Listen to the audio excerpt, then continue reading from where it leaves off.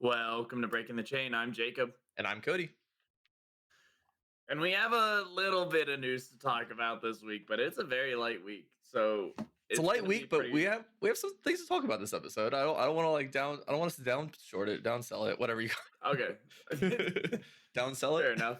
it. Uh, Downplay it. That's what it is. Yes, downplay it. I think we have some fun talk about, specifically when it comes to Silver Age onboarding. I think that's a really interesting topic Yeah, that we're going to cover. Also, the prices of commons and rares because of Silver Age.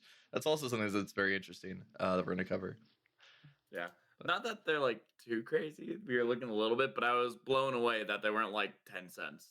yeah, exactly. Um, Yeah, why don't we just jump right into it? yeah, we can flesh and blood. You had a very interesting week this week. It was a very good week. It was. Do you want to go yours first, and then we can jump into mine? Well, mine's not interesting. I don't have I don't have anything for flesh and blood, unfortunately. So we can go straight into yours. Okay, well, a quick week in flesh and blood for you. So, first, I went to an armory, did the normal armory things. That was a lot of fun. Brought Valda. Um, I went 2-1. I got beat up by a Dio on Valda. I haven't had that happen in a while, and it was bad. It was. Yep. I mean, they played very well. I think there's like it's a very good community around here, and like how well they play, they're very good. So, it was. Other than that, it was like a good week. Very fun. Was able to or like that was like the armory was fun. Um, but then the big news, I won a skirmish. Hell yeah, you Like did. it was so cool. I've never been able to like get LL points on a hero, and I know it's like in a dead format, but like it's super cool to me that like somewhere at some point I did something that was notable enough to put my name under like Valda. So that's really cool to me. I'll definitely go into a little bit more, but I like going to the event. I was actually like super excited because I'm like, I feel like I know this deck like in and out. The last skirmish we went to, this like I brought this Falda deck to the last skirmish I went to. I'm like, this deck feels like the deck. I'm like, it was brand new when I brought it to the last skirmish. I didn't know how to play it, but I still made it to like semifinals. I'm like, it feels really strong in Blitz. And I was talking to Alex from Ashen Wings about it at one point where it's like you spend like in CC a lot of your dominate and a lot of your momentum just getting someone down to 20 life. But in Blitz, they're already at 20 life. And if you have all these power cards, you just get to dominate. And it's like I was like driving to this event and I was actually on a call and I was like, this is like I feel like this is a deck. Like I could definitely win this event. This like it was really cool because like I felt pretty confident in myself, which like normally going to these events, I'm like, I'm going to have fun, or like, it's Guardian, but you know what? There's a chance. Like this one, I'm like, I feel like I could have the best deck in room, which is like a very interesting thought. Right. And so we go, and I'm a lot more anxious than normal because normally I'm like, well, I'm not on best deck, so like if I lose, it's whatever. Like I knew it was coming anyways. And I go and I sit down in my first match against Florian. I was like, okay, like I have to prove to myself I can do this. I know this is the best deck in skirmish. Like this is the deck to beat. And he has a lot more tools in Blitz, and a lot of heroes do have a lot more tools in Blitz than they do in CC. And I'm like, man, I have to like prove to myself I can do this. And it turned out to be just like a normal Florian. And it was a match where it's like he's just trying to decompose, throw some value, and I was able to dominate most turns, which like that's the game plan. I have the heave 2 cards that help me to dominate. I do run the I do have the heave 2 to dominate. I was able to play tectonic instability. I got promising terrain off, I think, once or twice, which is impressive in a blitz game. And so I was able to keep a lot of pressure and keep the dominate up. And I just like dominated every other turn until they were dead. And it ended up working out really well. I was like, man, this flooring matchup feels great. This feels awesome. And then we go and sit down for the next match. And it's a stack Florian. I'm like, okay. Well, I didn't know it was stack Florian, but I sit down. I'm like, okay, let's sideboard this. I sit down. I see Scepter flip. I'm like, ooh, this is gonna be a lot worse. And it was a weird game. Like the first two turns went normal. I'm like, okay, this is fine. Like they're gaining a bunch of life. They have a lot of life gain, whatever. They have Scepter, but I'll just keep dominating. And then I think I drew three all blue hands in a row, which is not what you want to see into like stack flooring because I need to present pressure. And when I look at my hand, I'm like, ooh, I can do cranial crush for 8. They have 2D reacts. This isn't gonna hit. Like I'm not dominating. I'm not generating dominate with any of my blue cards unless it's tectonic instability, really. So it started off pretty slow and I ended up losing that one. I think I got smoked pretty bad in that one because I just couldn't apply the pressure I needed. And by the time I like fourth hand drew some reds, I wasn't able to apply as much pressure as I needed to. And then he birthday caked me for 33 arcane and 9 physical. And I said, I still yep, love that name.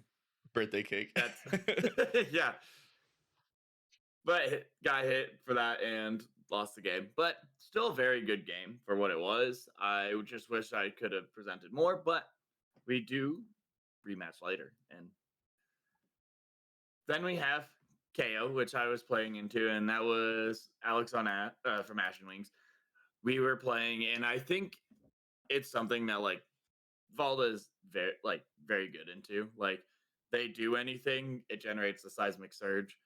But I remember in that matchup, it was actually like pretty scary for a little bit because he was reading my seismic surges so well. Like I'd create 2, and he's like, "Okay, I'm just gonna throw an attack." Like he had an attack or the sorry, let me gather my thoughts. The attacks that don't draw and discard, like just the 2 for 8s, like swing big or show strength. Like if I had 2 seismic surge, he'd just throw that block out. But if he had more than 2 seismic surge, or if I had less than 2 seismic surge, he'd do a more big turn. Or if I had more than 2 seismic surge, he invested. I'm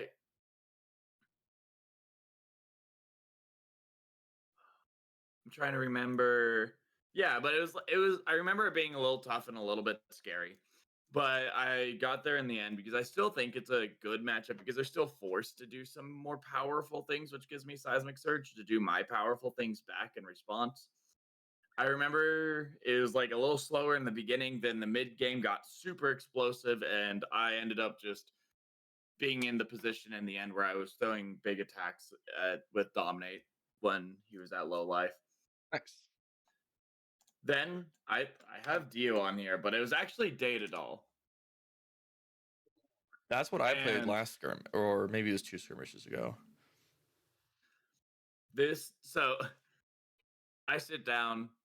It's in front of Tanner, who's a known mechanologist player. I'm Hell like, yeah. man, I don't know how to play in the Datadol. This matchup, I'm like, this is either like I can fatigue. I'm a guardian, but this matchup's either going to be really bad or really good, and I really don't know. And I win the die roll, so I get to go first, which I hear is very good. Yep. And I see my spec. I'm like, okay, I guess I'll just throw this for 10. It's not like you can block this. So I throw it. He looks down at his hand. He looks up at me. No blocks. I'm like, oh, that's pretty bad. Yeah. So that game was a lot of fun for my end because I think it was my spec. I can't honestly remember what the first attack was, but there's no blocks. Whatever happened, cycled some items, drew another all item hand, played an item pass. I play my hand. He plays an item pass. Then I keep attacking him. Then he he gets one boost card, boost the optical monocle, Okay. ops 5 times, Tekla Foundry Hearts hits 2 attacks, feet hits 2 attacks. I see. He hit like 9 attacks in a row. And then he draws his next hand, which was like all items. It, Poor Tanner. I felt so bad. But I think like if you go on Blue Skies, like my last tweet chain with him, I think is hilarious. But I absolutely murdered him. Well, now I gotta see it. Yeah, because I was like, oh, I finally won my first skirmish. I got LL points, and it's super exciting. And he's like, he spilled my blood to get these LL points, and I said, a worthy sacrifice. And I know you were willing because you didn't fight back too. Brutal. Yeah, the game ended at like still 21-0. I was like, I felt so bad during the game. I'm like, come on, you gotta hit something. Like I was scared because like when he starts like Tekla Foundry Heart Boots, I'm like, if he hits, like this could be game right here. Right. And then he hits nothing. I'm like, oh no, but I didn't want that. Yeah, the deck is fun, but it is a bit volatile for sure. Yeah. So I got there. I won that one. I actually was like talking to some people on like Discord about like the Blitz of like, and they're like, "Oh, how'd you beat Data Doll? How was that matchup?" And I'm like, "Well, I can't tell you a lot of information. It was any deck could beat it. Just draw all items, or have them draw all items, and you'll get there. Just stack your opponent's deck when you shuffle." Yeah, apparently. But yeah, so that was the first 4 rounds. Luckily, I made it to top 8. I was, I think, 3rd seed. Or top 4. Made it to top 4. We only did 4 games into Top Cut. I went 3-1, and I was pretty happy to make it. I was really worried when that last match. I'm like, I don't know how this is gonna work, and I think things like just worked out for me because I think the 2 players I was worried about like last round who had won rounds later than me had lost, so they were 2-2. And so I was like, oh, this is pretty sick. We sit down and we're getting ready, so we get into semifinals, so that's cool. And I sit down in front of Riptide. And this is probably one of the coolest games I've played in a really long time. Like, so this was a Nourishing Emptiness Trap Riptide, which I hope I'm not spoiling the deck too much, but the entire deck is 1 Nourishing Emptiness. And a bunch of like traps and a bunch of ways to just cycle it back into the deck to keep hitting with Nourishing Emptiness. Codex of Frailty and what else? Like Memorial Ground, like cards that just put it back in deck. It was, and so I sit down, we flip over the equipment, and I forget what equipment piece it is, but there's 1 Ranger equipment piece. He gets to go first because he was a higher seed. And there's 1 Ranger equipment that's like, look for, or like banish, or, oh, no, what is it? Oh, yeah, reveal the top card of your deck until you hit an attack. Put it in your arsenal or something like that. So turn 0, he's like, well, you're going to see my whole deck. And I'm like, what do you mean by that? He's like, I'm going to activate this helmet. And I'm like, what does that do? You said it was Ranger class, right? Yeah, it was Ranger helmet. I'm looking it up right now. Ranger. Yeah, and it's like a common helmet from Outsiders.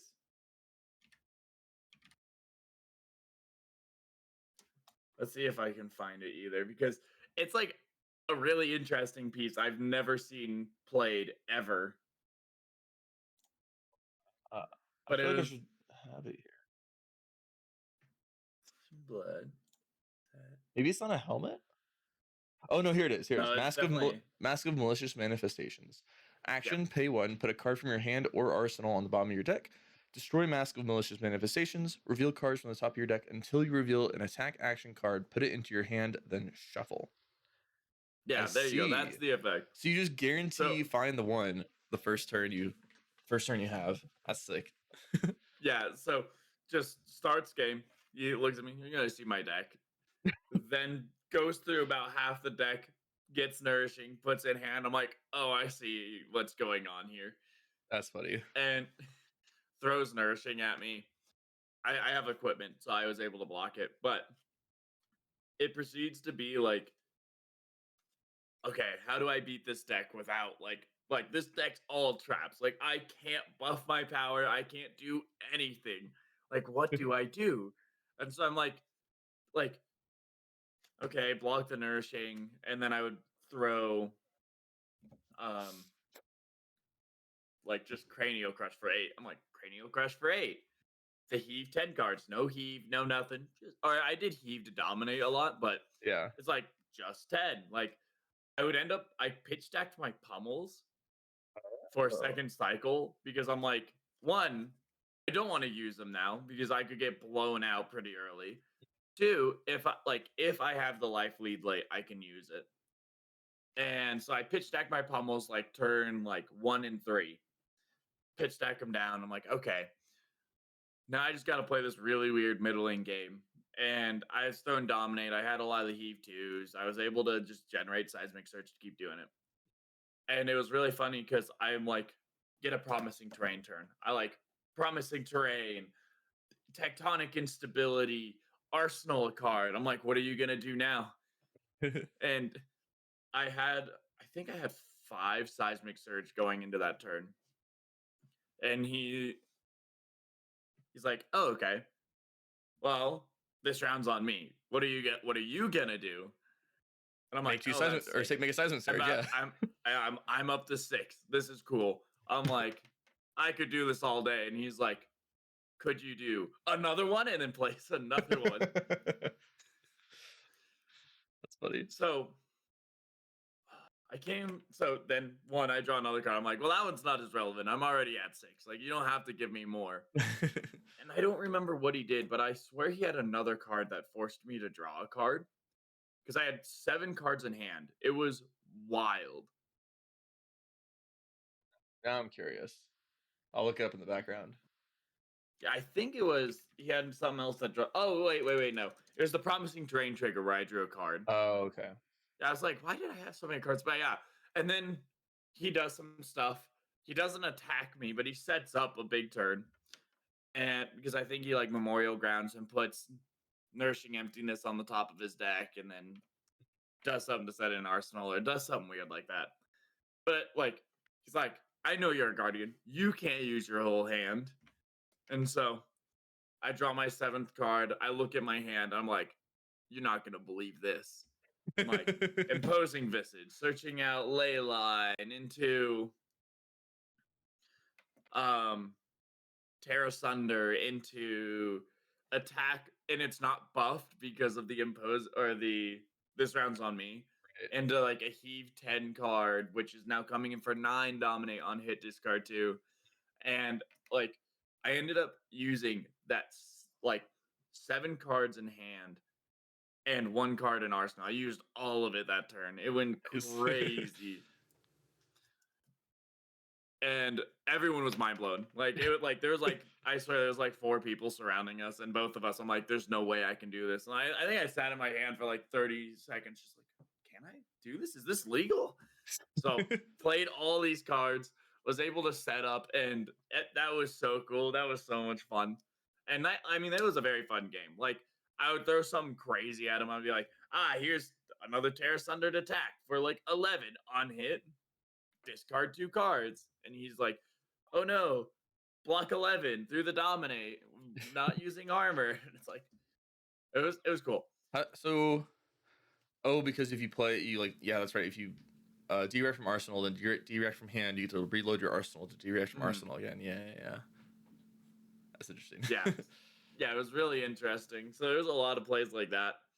And like I think I realized that I did ley line, but I think I pitch stacked again because it was a very long game.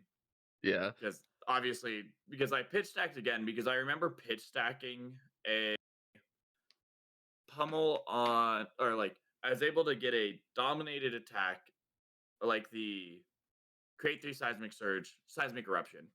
But seismic eruption a turn before, I don't remember the attack specifically, but a red attack and pummel. And we were getting pretty low in the deck, and I got to the pit stack. I was able, like, I've been chipping him the whole time. Like, I'm throwing just so much dominate, but I had gotten him down to like 5, and I was at 10. I'm like, or no, I wasn't even at 10. I was at like 5. I think it was like 5-5 or something like that. And so I threw this attack with pummel. I'm like, do you have it? Like, well, I threw the attack, and one, he had to defend with a lot of his defense reactions. So I just waited for him to resolve all his defense reactions, and I like pummel on top, which killed him almost exactly. But it was like if you've activated a reaction, deal damage. If you've activated a reaction, deal damage, traps, and all that. Like Before you activated the reaction, yeah. yeah, so Nice. yeah, that he was forced to do before I reacted or activated. I'm like, oh, thank God. Because I'm like, I think if I played that wrong, there was definitely a chance I lost there because it would have like hit the top card, deal 2 damage, and then it banishes 3, deal damage equal to the like how many cards with the same name. Yep. And if he hit like 2 cards with the same name, and then those trap triggers, it's 5 damage. But like I felt so good because I'm like, I played it out correctly. I waited for him to do all his reactions, and then I threw the lethal damage at him, which that was a super cool game. A lot of fun. Like, I really enjoyed that. We were laughing and having a good time the whole time. Yeah. And then we go into and so after that, I go and sit down in the finals against Florian. And The like, rematch. one, I don't like, I say this all the time as a joke whenever I lose, but normally what I say is like, now you got to win the event, or like, but what, like in second rounds when I lost, I'm like, I'll meet you in finals. And then here we are in finals. I'm like, crazy how that actually worked out. But yeah, I'm like, we finally get a rematch, and we sit down. Do you know who it was on Stack Florian? Oh, me. I'm so Out of curiosity. I feel so.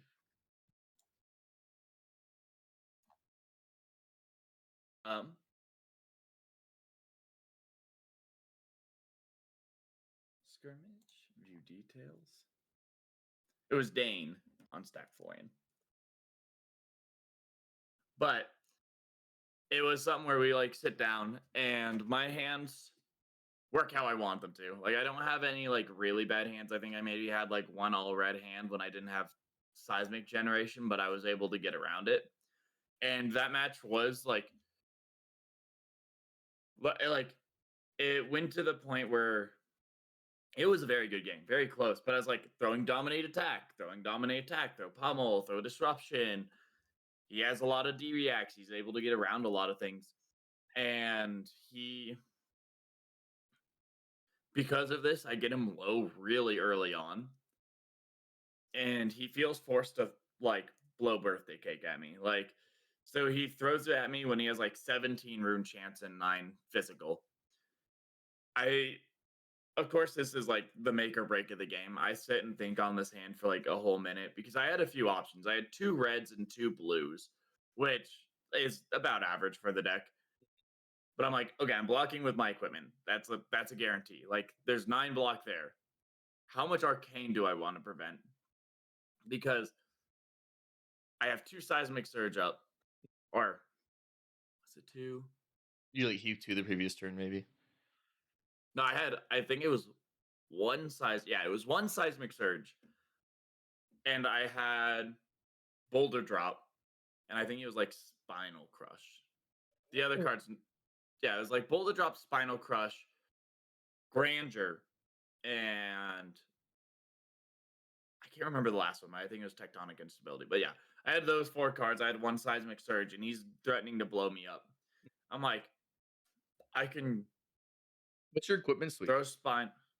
Tectonic Plating, Crown of Providence, Uh, the Gauntlets of the the plus one ones run. Yeah. the +1/1, Quick Dodge Flexors, and the Testament of Valhalla. So I'm like, okay, I'm blocking it with my armor. I know that. Well, no, sorry, it was Null Rune Boots 1. Null Rune 1. Oh, I right, did right, have right. Arcane Fair. Barrier, Yeah. not Quick Dodge. But I'm like, what do I do?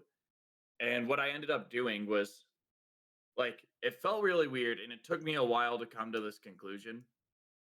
But I pitched 6 to Arcane, pitching Grandeur, getting a second Seismic Surge, blocking with all my equipment, and throwing Boulder Drop with my Spinal. Interesting. So you didn't crown any of the cards away.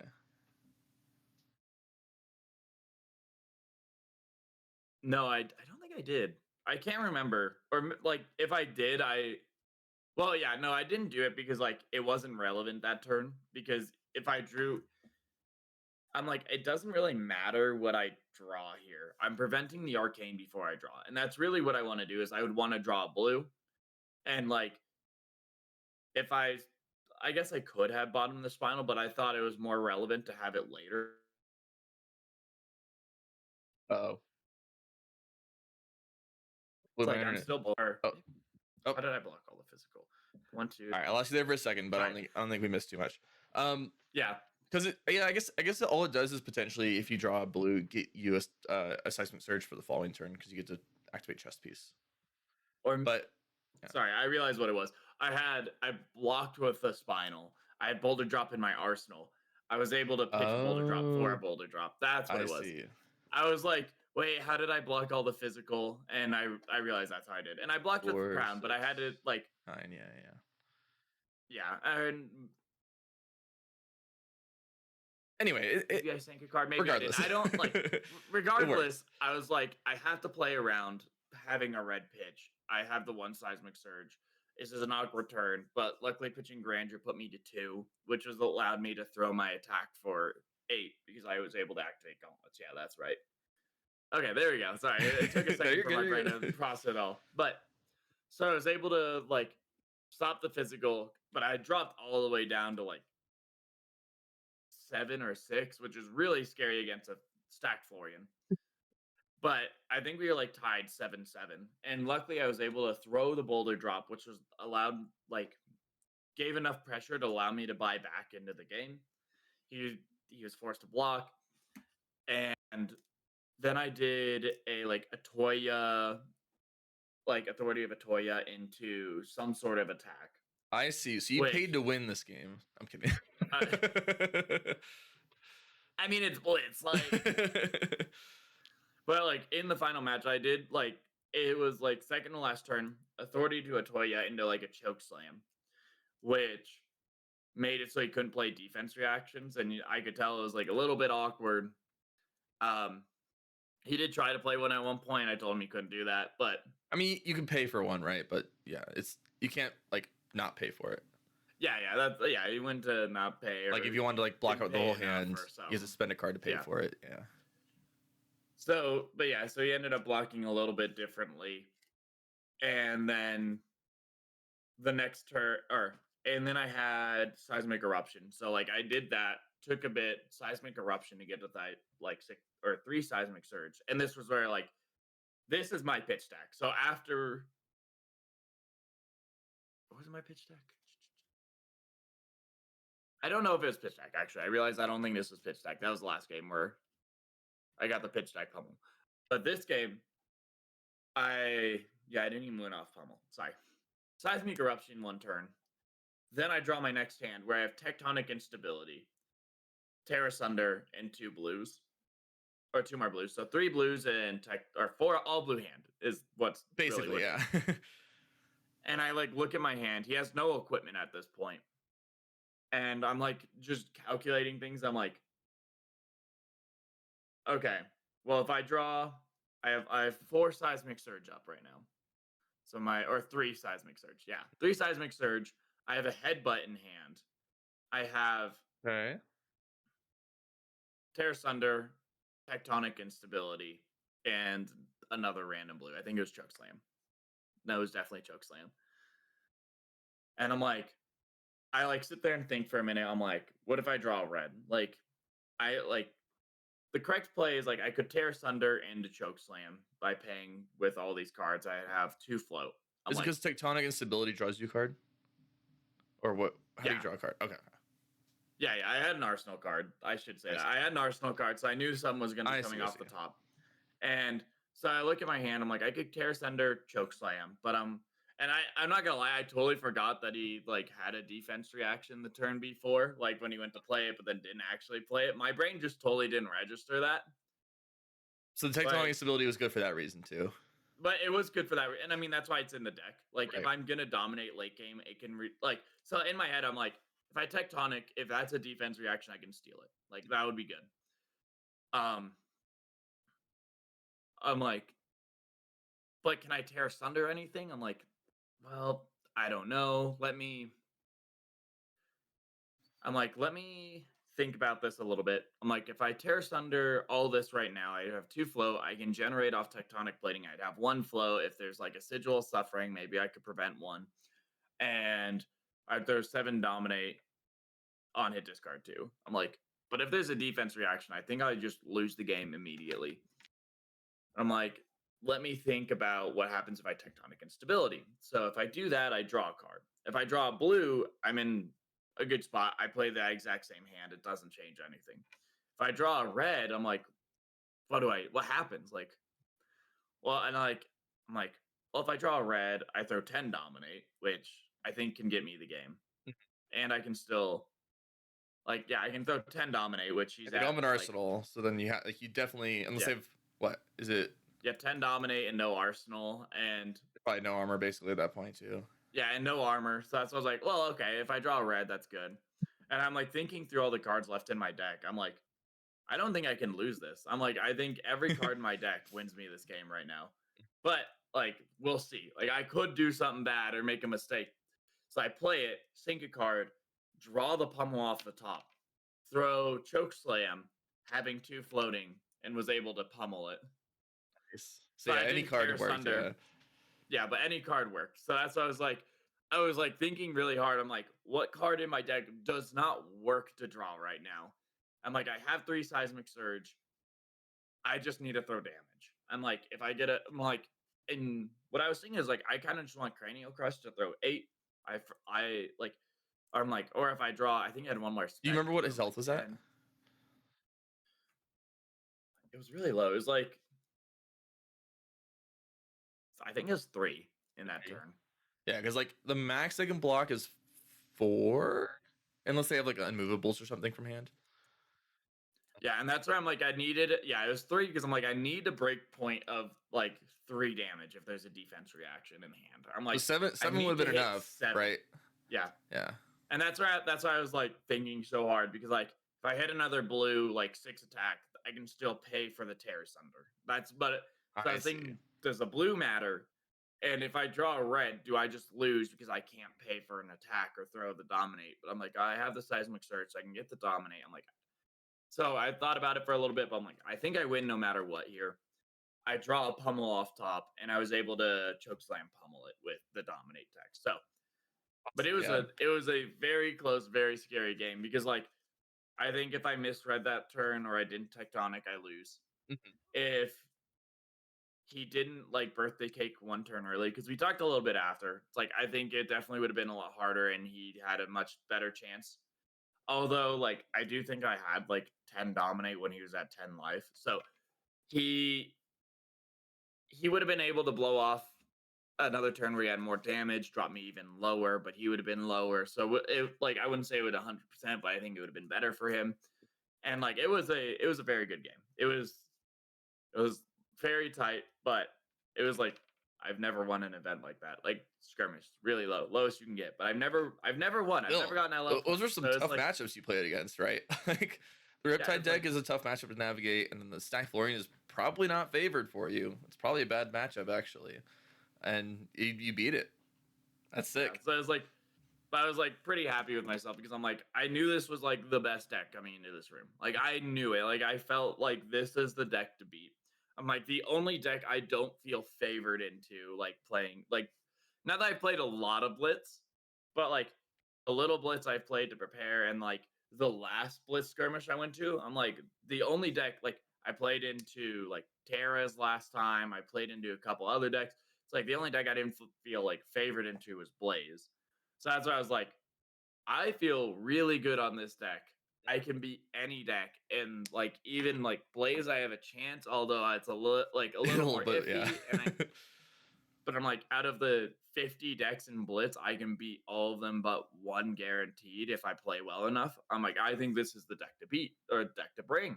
I'm like, I've gotta like. So I felt really good. I felt really strong, and I was very very happy that like I was able to like come out and perform as well as I thought I could. That's awesome. Yeah. Well, sick. Congrats on your win. Show us the loot. So Uh. bad news on the loot. They didn't get the kit, so they're Oh, waiting that's to right. get the kit, and then they'll call me up and I'll get the loot. But you'll get what, a Here playmat someday. and the Marvel Bravo Flattering Showman, which is a really good, really good Marvel for Silver Age. It's really cool too because I love Guardians, so Yep. that's exciting. And then you'll I get like either Everbloom Life or I forget what the other one is. Consignment Cosmos something. Yeah, exactly. Everbloom Life, please. But it was really funny because I forgot about the prizing entirely. Like when I won the event, like I forgot about the prizing entirely. I was like, oh my god, I can't believe I won. And someone's like, are you gonna play Bravo now? I'm like, why would I play Bravo? I just played Valda. I forgot that Bravo is the prize card. Oh yeah, Flattering Showman. Yeah. Yeah. Farvo, if you will. Yeah, Farvo. I think it was like the next day that it hit me that they were asking because I was getting that Marvel. I was like, oh yeah, that adds up now. Like it makes sense. You gotta play the Silver Age now. You have to. You're legally obligated instead of Valda. I am legally obligated. Well, I'll play Valda too. Yeah. Now I have an excuse to play Bravo, like my second favorite hero of all time. Like, yeah, yeah, that's awesome. Yeah, that is super cool. Hopefully you get the good cold foil. Everbloom, please. Yeah, I could use Everbloom too. I could use it in my Jarl deck. Like, right. Yeah, so that's awesome. That's sick. Yeah, I remember I stopped by to borrow actually a Riftbound deck from Luke, and I saw you there, and I don't know, I had a feeling too. I was like, this guy's gonna do pretty well with this Valda deck here. I had a good feeling. She's insanely strong in Blitz. I think she's crazy in Blitz. How she's legal is crazy. you know what's crazy? It feels like to play like a good deck in a format. We'll get to the stats later on Skirmish season, but I think you were the only Valda win. Well, no, that's actually from last week. That's true. That's right. My stats will show up on the next one. So next time you see that little Skirmish breakdown, like the one Valda win. But there's 0 Valda wins from last week. No, there was one. Or two. Sorry, one. My bad. One Valda win from last week. It was not a very winning deck. Or at least people weren't bringing it. 2 Valda wins from 2 Valda wins. I also think it's just not that popular a deck. Oh, you're right. There's 2. It's like very tiny and hard to read. It's just a little bit. Yeah, that's awesome. Are you gonna? Do you plan on playing any more skirmishes? There's one tonight. Is there I one didn't tonight? Originally, but wait, yeah, there's one tonight. Where at? If I could potentially go. I think MEH. It's today the 5th. Yeah, I could go. I have no idea what I'd play, but I could go. If you want what I believe is the most broken deck in the format. Yeah. I'd probably play Data Doll if I were to play anything. The mats are really cool for Skirmish, by the way. I think those mats are sick. I think the pricing is actually super cool. Pricing is really cool. The Herald of Second, EA Rainbow Foil. That card is like not as cool. It's like it's a cool card, but what do you call that? Illusionist hater. So that's true. But like the background, the text background where it's like semi-opaque is the least cool EA, and that's what it is. And it's like, I mean, it's cool, but it's like not. Phantasm special. Still has its full like reminder text. Like you could have at least removed that. Right? Yeah, at least shorten Phantasm. They could have definitely done like a wider box art for it. So But I mean, it's whatever. It's yeah, still a cool card. Like I yeah. think And I think it's cool. Like I I'll think have it up on my desk. the only mat I wouldn't want is Lyath because I got one at Worlds. Um, all the other ones look really cool. Mhm. Um, It'll be cool because honestly, I definitely am I gonna think I'm gonna hold. go.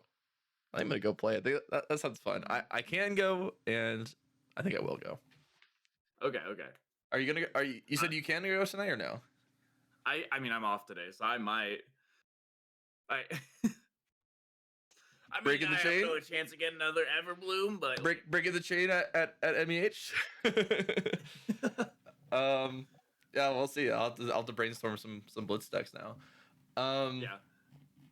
But cool. That's awesome. Maybe next week we'll be celebrating your second skirmish win. You'll just be cleaning up around here. They'll have If to I go, but they'll have to introduce the ProQuest one. Like once you win, you can't go anymore rule just because of you. I don't know. It's really like yeah, like it's really cool to me though because it's something where I think I'm good enough in some regards. Like I think I am like a good You are good player in enough. some What do you mean? regards, but like I've never been able to top an event. Like I've never been able to win a skirmish. I've never been able to win like ProQuest. I've never even topped for nationals. Like I've topped for ProQuest, but I've never topped for nationals. So it's somewhere I'm like I've never gotten anything that's like a crowning achievement in an event. I've never gotten an invite. I've never so it was like really cool to me to like finally like get this skirmish win. Like I know it's a really small thing, but it's like it's really big to me to be able to like win something like this. Yeah, that's So awesome. it's really cool. I do think that you mostly play on hard mode with the hero choices. That's totally fair. Like you have the skill. You're just like I want to play Valda, and she's good, but she's actually good in Blitz, unlike CC where she's good but not like the best deck or anything. Yeah. Oh yeah. No, I agree. Like I think Valda and Blitz actually could arguably be like just an undiscovered best deck because no one plays Blitz, so like no one knows. Like I would believe that. CC, I definitely think it's a lot harder. I think she's a better deck than people give it credit for, but I also think she struggles from being a Guardian when Guardian so funny thing, I don't know if like little side tangent. I don't know if you saw like all the February stuff come out or like people are posting their February like year end Oh report. yeah. So I get mine. Of course, it says Valda, but it's like your favorite class is Guardian, and then underneath it says "Hang in there, buddy." Like, I'm That's like, awesome. I thought it was funny, or I like haven't "Hang actually. in there," or something like that, and I was just like, that was pretty funny. But yeah, it's like I think she's very close to being like a very good deck. Wait, I think she's a lot of fun, I'm just but looking I at mine definitely now. Sorry, go ahead. oh yeah. Sorry. I'll tell after. But yeah, it's like I definitely feel like I've skewed like a bit of the perception over here in the Colorado area because like Yeah. one, I think she's a good deck. Like I'm not gonna lie to you, I think she's good. I think she's She underrated. is. But I've definitely noticed that a few more people picking up Valda around here. I'm like, yes, join me. Join me.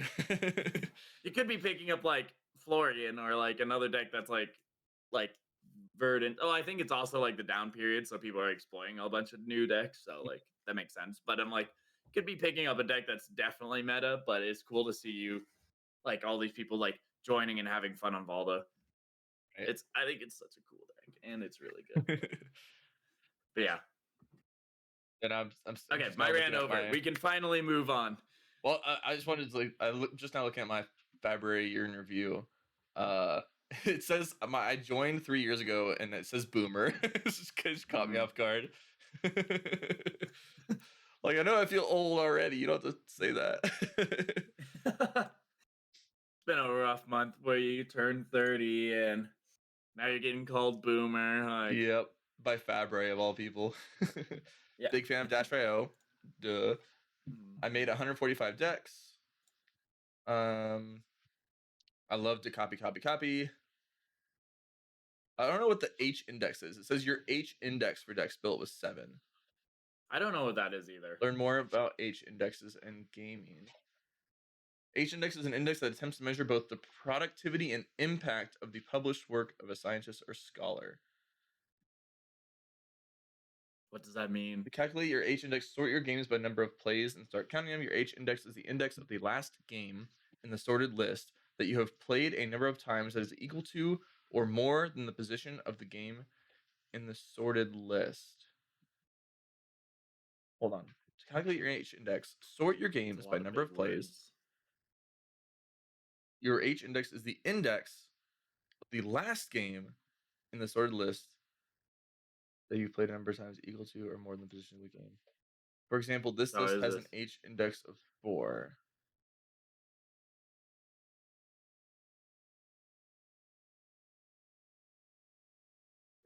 Last game that you played equal to more than... Oh, I see now. Okay. So what it's saying is if you sort the number, the decks you've played, if you sort them by number of times you've played that deck, then the H-index is how far in that list it gets before the position in the list is higher than the number of times you played that deck. So for example, if you played Valda 100 times, and then you played Bravo 60 times, and then you played I don't know what's your third best deck, Jarl 20 times, and then you played your fourth deck, you've only played 3 times, your H-index would be 3, because that's when it stops. So you would have played 3 decks more times than the position that they're in, if that makes sense. Okay, yeah, no, that makes sense now. So my H-index is 7. So I've built at least 7 decks for 7 different heroes. Oh, I see. So then for 7 heroes, I built at least 7 decks for those heroes. I will say some of these will be influenced by draft. So it's maybe a bit skewed there. And then my H-index for games played was 16. Wow, that's actually that's wild. I played at least 16 games for 16 different heroes. That's crazy. That is actually pretty crazy. Although probably also influenced by draft. Yeah. I played 758 tracked games.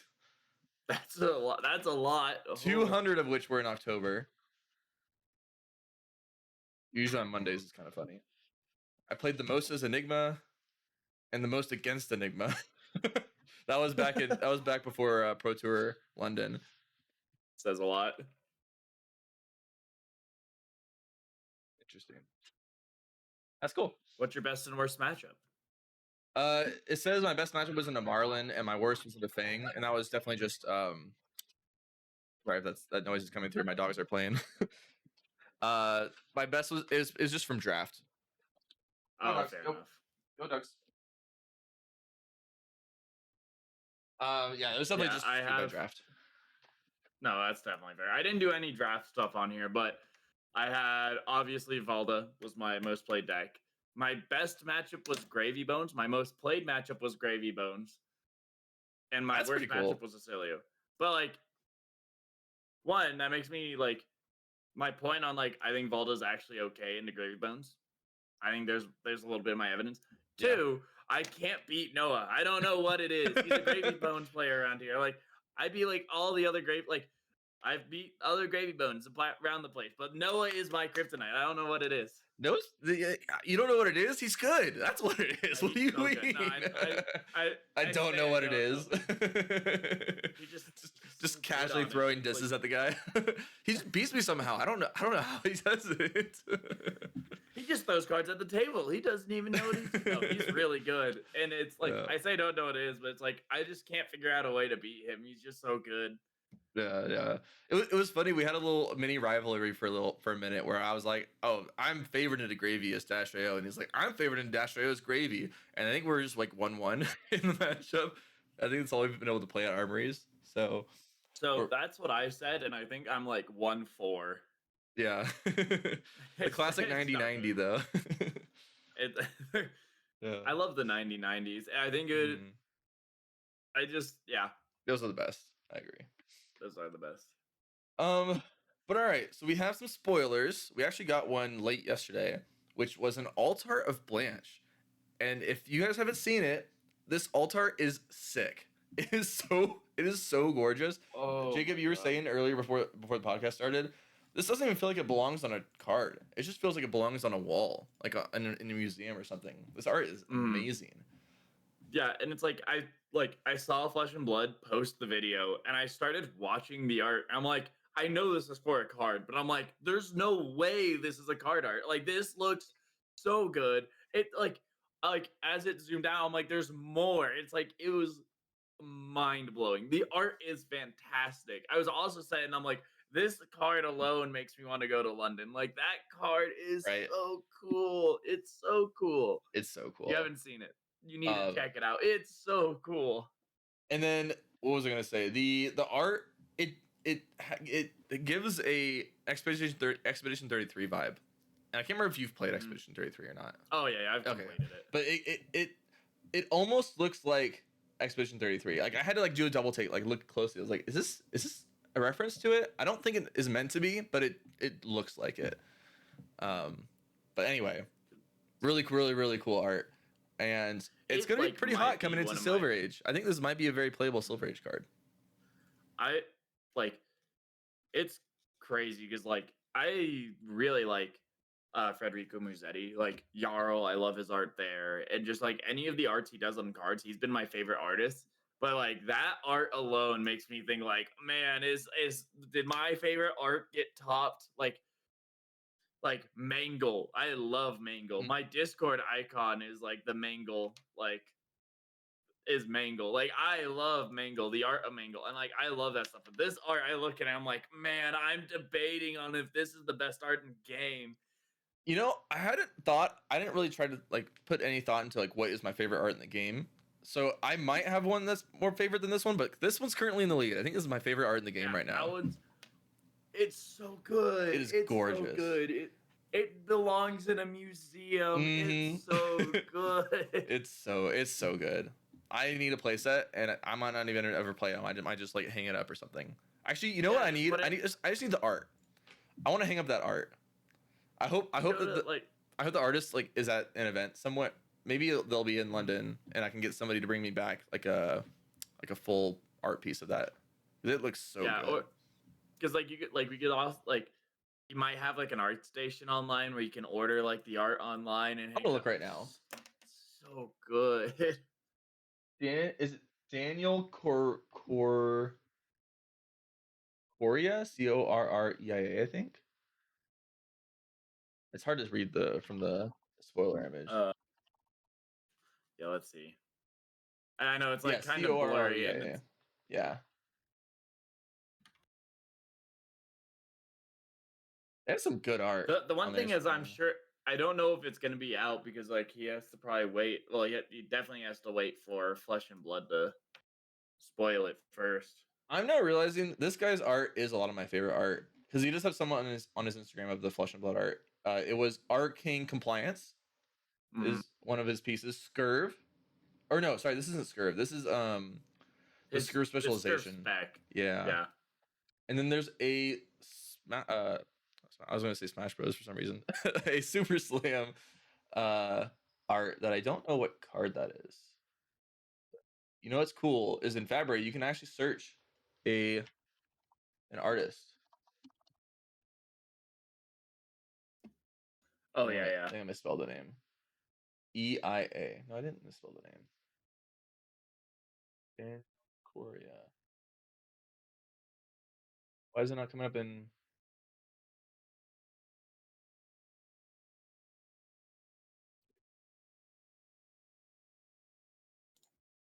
Oh, it's trying to search for it. Okay, so it's Empowering Ruckus. Yeah. Okay. Hopefully they get this guy to do more art because I'm even looking at some of the magic art here and it is beautiful. Yeah, it is crazy what he does. And like this Blanch art is like it's so good. It's so good. It's so good. If we haven't sold you on this Blanch art yet, like I don't know what if you haven't paused the video to go look at the Blanch art yet, you're missing out. Even if you've seen it, you need to go and check it out again. Go look at it again. Yeah. But anyway, Yeah, very cool card. I'm gonna get a playset for sure, and hopefully a full piece of art of that art. Feign Vengeance was also somewhat spoiled. Basically, they released the playmat for World Tour Ahikabara, and the playmat came with a name for it, which is Feign Vengeance. The Vengeance part means that this is going to be a card that is synergistic with Edge of Autumn in Ira. Or, well, just Edge of Autumn in general. I shouldn't say in Ira, because Katsu, anyone can actually run these cards. It's a generic ninja card. At least we can assume that this will be a generic ninja card instead of an Ira specialization. But another Edge of Autumn synergy piece, which is pretty cool because currently it seems slightly under what's the word? Underpowered, but not underpowered. I was thinking a different word. I think underpowered is just about correct. Like it's a cool strategy, and I mean, I think Ira right now is like a little underpowered, but it's like it's a very cool strategy. Like I was talking about it last week, where it's like I went to this like armories and played Ira, and it's like really cool. You can do some really fun things. Like you can play the same card 3 times in one turn. That was sick. But like it definitely suffers from the weakness of like I only have so many vengeance cards in my deck to activate my arms and to do all this and to actually combo it like with Edge of Autumn. And it's like I gain the value every once in a while to be able to react over the top, but I don't gain the value of like losing Kadachis over the entire match. Like and it's really worth getting one. Yeah. What I was looking for. Well, I think it could be really strong, and I think it's a really cool play style, and I really like it. Like, I think the Vengeance play style and the Edge of Autumn play style and all those combo cards are super cool. It's my favorite, like, Ira build, but... Yeah, and I'm looking forward to it being a viable play style in Silver Age, too. I think only one of the Vengeance cards are Majestic. I think the rest of them are rares. CNC-esque one. But, yeah, it's really cool because, like, you have the 0 for 4. If Edge of Autumn was the last attack, it gets go again. And then Ira makes it a 0 for 5 because you attacked with Edge of Autumn. And then you can react over and make it a 0 for 6. It's super cool card because it's like, oh, okay, like I might as well react over. You're not blocking this. You're not a defensive deck. I'm just gonna get the 1 damage and reattach my my Edge of Autumn. Right. Yeah, it's classic good value. Yeah, so we'll see what that effect does. Probably in pen is what I'm assuming. Then we got the new World Championship cards from Michael Jasker, who is our World Championship for 2025, or World Champion for 2025, posted that because it was a dual constructed format, got 2 of these World Championship cards, which is really cool that he got 2 of them for Syndra and Dash.io. And not only do they have the typical front side where it has World Champion in the text box, but the back is a full art Marvel, and the Marvel is really cool because, as Jacob pointed out before we start the podcast, some of the art goes behind the heroes and the hero sticks out on front. And so if you haven't seen it yet, he posted the pictures on his Twitter/X account, and I would take a look because they look sick. And I think that's the only full art Marvel -IO in existence. It's also going to be the... Oh, wait. Yeah. Wait, you're right. I think it's the only full art -IO. I could never get that, by the way. But it would be cool to have. Now you just got to win Worlds on Dio next year. That's true. I just got to win Worlds on Dio next year. Can happen. I believe in you. You got this. Yeah. Wait, you can do it at the Pro Quest or the Pro Tour too. That's right. Pro Tour also gets 3 chances next year. You have 3 chances. Well, I'm not going to Pro Tour Yokohama, unfortunately. So you have 2 chances next year. You could win 2 of them. Pro Tour LA though, look out. I'm probably going to be at that one. Well, I hope I'm going to be at that one. I might feel confident enough to buy a PTI even if I don't get a Pro Quest win. But we'll see. But yeah, so those are some spoilers. We had the Skirmish one here. I think this maybe is for your section. Yeah, that was my section. Then we have the week 1 Skirmish results. Most was Florian at 17% of the wins. Then KO at 15%. Blaze at 12%. Aurora 8%. And then there's a lot of like 6s, 5s, 4, 3s. It's a very diverse meta outside of a few dominant heroes at the top. Well, like... this pie chart is a lot more diverse than the CC pie chart's been all of the Well, the actually, I don't season.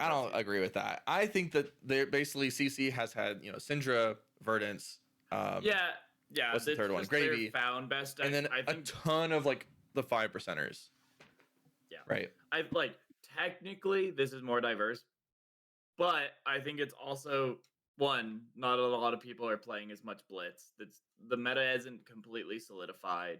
I also like I think there's a lot going on in Blitz that holds it back from being solved, but I think if it were solved, Blitz would be a lot less diverse. It's just no one Potentially, yeah. plays it. I think there's also That's a bit of variance that we'll never see like a solved pie chart necessarily. There's that's just a good always going to point. be it's always going to be a pretty wide spread because of the variance of the die roll and the 20 health format and your data dolls going second and having 3 items in the end. um, but yeah, pretty cool format. At least when it comes to the fun factor. This weekend is Seattle. There's a CC calling and a Silver Age Battle Hardened. Will be pretty cool to see how that Battle Hardened turns out. I expect, Mhm. since we haven't gotten any changes in Silver Age, and I believe, if I remember correctly, last week there was a Silver Age. It might have been a Battle Hardened or something in There Valencia. was. I know I watched so Ashen Wings went over it. Like he had a whole stream on it and Oh, I really? watched quite a bit of it. Oh, So wait, like tell me about it then, because I only know the winner. I don't know anything besides that. so I don't remember much of it. Oh, okay. But he went over it and it seems pretty solidified from what I remember. Like I was like I don't know why I don't remember any of it, but I was like, "Oh, this is super interesting. This is cool. This is like I think there was like 2 Volta players, which like was the only thing that I remember out of the whole thing. But Let me see if he has a top 8 posted on it. Do you remember which one? The Silver Age Battle Hardened 3 days ago. Probably that one, yeah. yeah, streamed like 4 days ago. See if. Oh, I think here we go. All right, yeah, I think so. We have a hero breakdown. It looks like.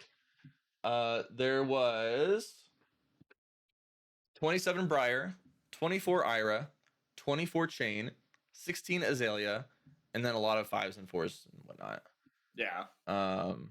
Unless this is not accurate, maybe he's counting up. No, this is accurate. Let's That sounds see accurate. if there's a top 8 listed I anywhere. remember there was a Betsy. Oh, here's top 8. So the winner was Chain, Peter Olson on Chain. Then there in the top 8 there was a Briar, and this is in order of ranking. Briar, Ira, Chain, Oldhim, Farvo, Briar. So 2 chains, the right amount of chains. 2 Farvos, 2 Briars, an Ira, and an Oldhim. Not that bad actually. It's not like the other event where there were like 6 chains. 5 chains or something Yeah, like I that. think it was like 5 chains, 2 Oldhims, and a Valda. This one has it's 4 different heroes, or it is 5 different heroes. 5 different heroes. Yeah, both of 1 or 2 classes, Guardian and Runeblade, which again, I think that's like hopefully on December 15th they go in and they like fix things just a little bit, tweak things a little bit because I think it's close. I think like Silver Age has been a lot of fun. But it's like yeah, it's like if they could knock down Chain just a little bit, like maybe Briar, I don't and then like I think if you take the yellow D reacts, Guardian's not as bad.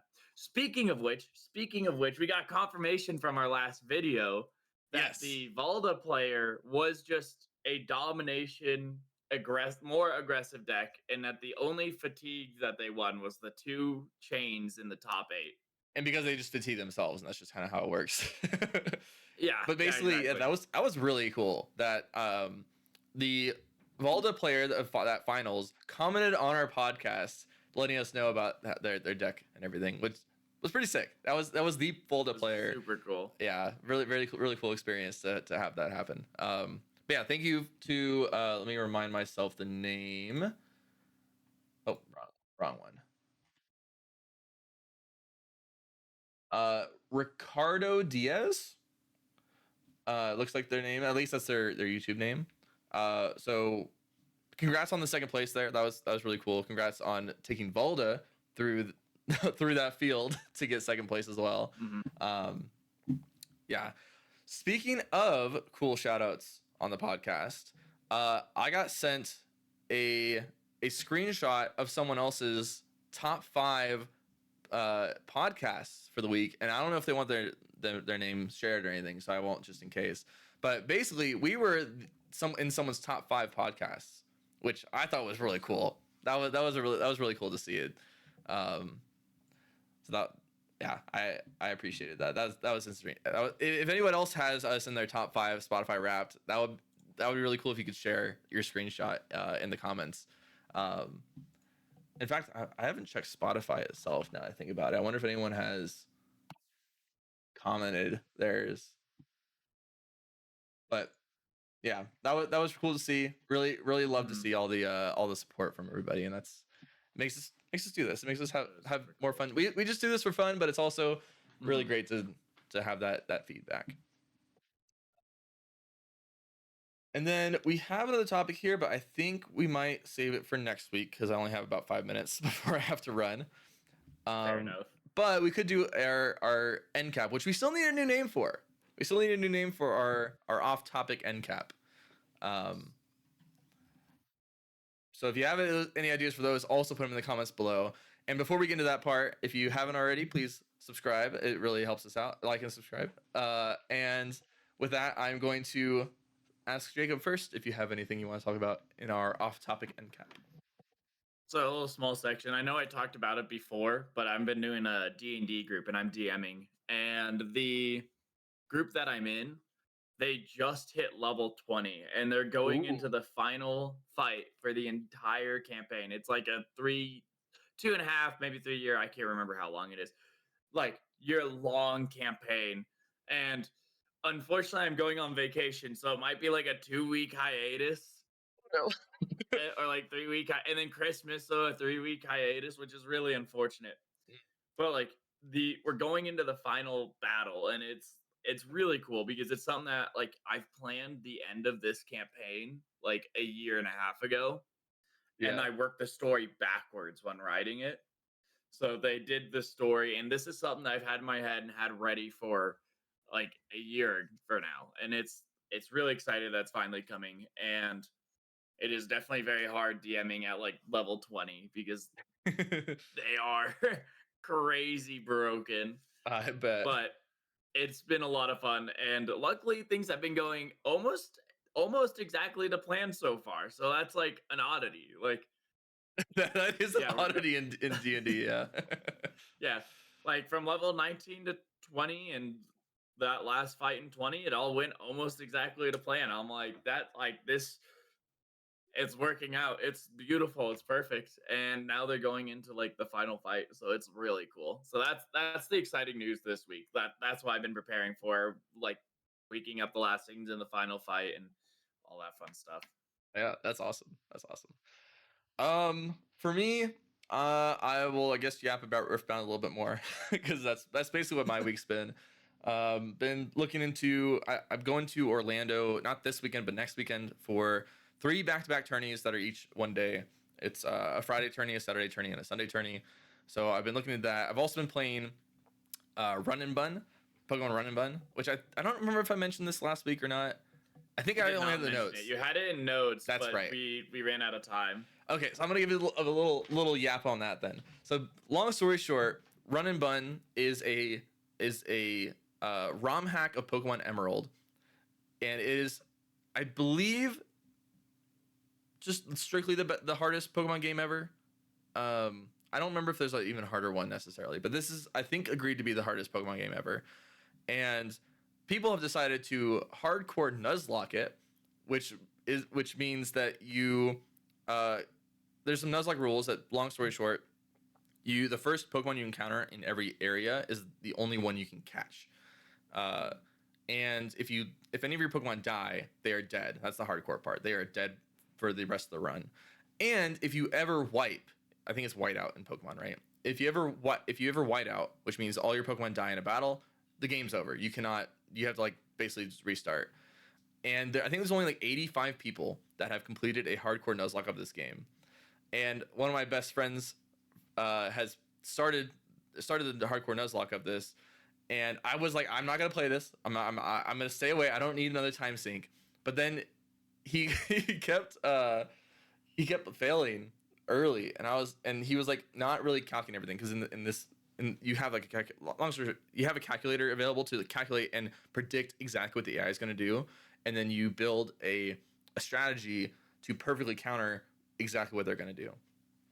And he wasn't really doing that. He was kind of just playing. So it's like, okay, I need to start this and basically start an arms race with my friend for just to basically play off of each other and see who can get the furthest and have a higher PB. And so the reason I'm bringing this up is that the first gym leader is actually really tough to do, because it's the first 6v6 fight that you play against. And I beat it last night. I lost 3 of my Pokemon doing it, but I beat it. And that was his personal best. He has never beaten the gym leader. The first gym leader, by the way. And so I beat it last night, and now I'm like, hands off. Good luck. I'm pausing until you beat this gym leader. So on my own personal YouTube channel, you can watch these videos, because you have to stream it or record it basically for it to be a verified run. And so I've been streaming this and recording it just in case I do make it to the end. So if anybody wants to watch that, it's on my YouTube channel. I thought it was at Cody Ready, but I don't think it actually is. I think it's instead at Cody RDY 15. So if you feel like watching those, if you know what Run Button is, or if you just want to check it out, it's on that YouTube channel. But yeah, that's been my past week basically, is Riftbound and Run Button, and also trying to finish up Expedition 33. Yeah, There's a lot of things on the list. Yeah, I keep myself busier than I should. Long story short, and now I might be preparing for a Blitz skirmish tonight. Well, if you need any help, just ask me. I will be asking you. It will happen, and hopefully I'll see you there. Maybe, potentially. Yeah, I might just show up just to hang around too, because like, I don't know, maybe I'll play. We'll see.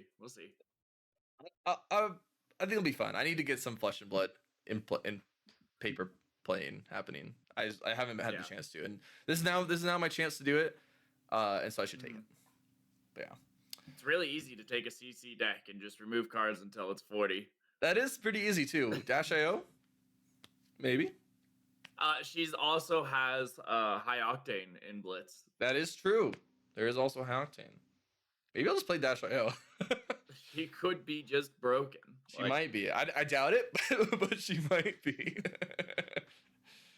But anyway, anything else you want to say before we wrap it up? I think that's it from me. With that, I'm Cody. And I'm Jacob. And thanks for watching and listening.